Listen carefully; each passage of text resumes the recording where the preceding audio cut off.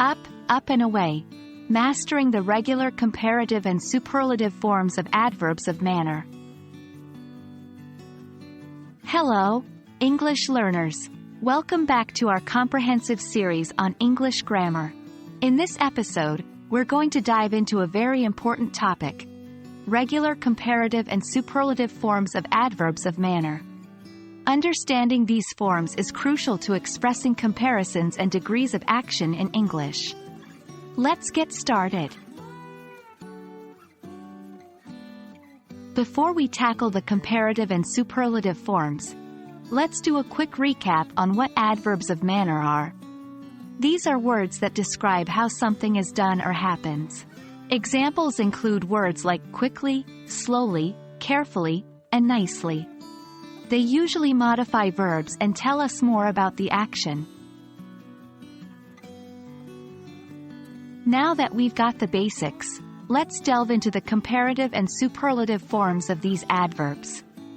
Generally, we use the comparative form when comparing two actions, and the superlative form when comparing three or more actions. For most adverbs of manner that end in "ly", we form the comparative with more, and the superlative with most. So, for example, the adverb quickly becomes more quickly in the comparative and most quickly in the superlative. Understanding is best achieved through practice. So let's see how these forms work in sentences. Comparative: he runs more quickly than his brother.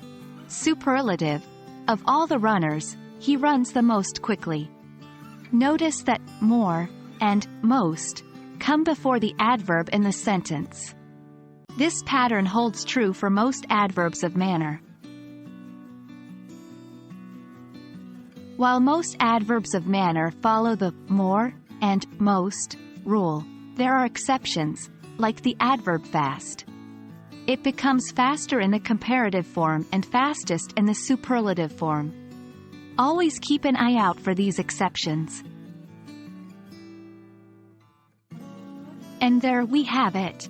A quick but detailed look at the regular comparative and superlative forms of adverbs of manner. We've learned how to form these comparatives and superlatives, their usage, and also touched on exceptions. Remember, the key to mastering these forms is practice. So keep using them in your daily conversations and writings. I hope this video has been helpful. Join us in our next lesson where we'll continue our journey in English grammar. Until then, keep practicing, and happy learning.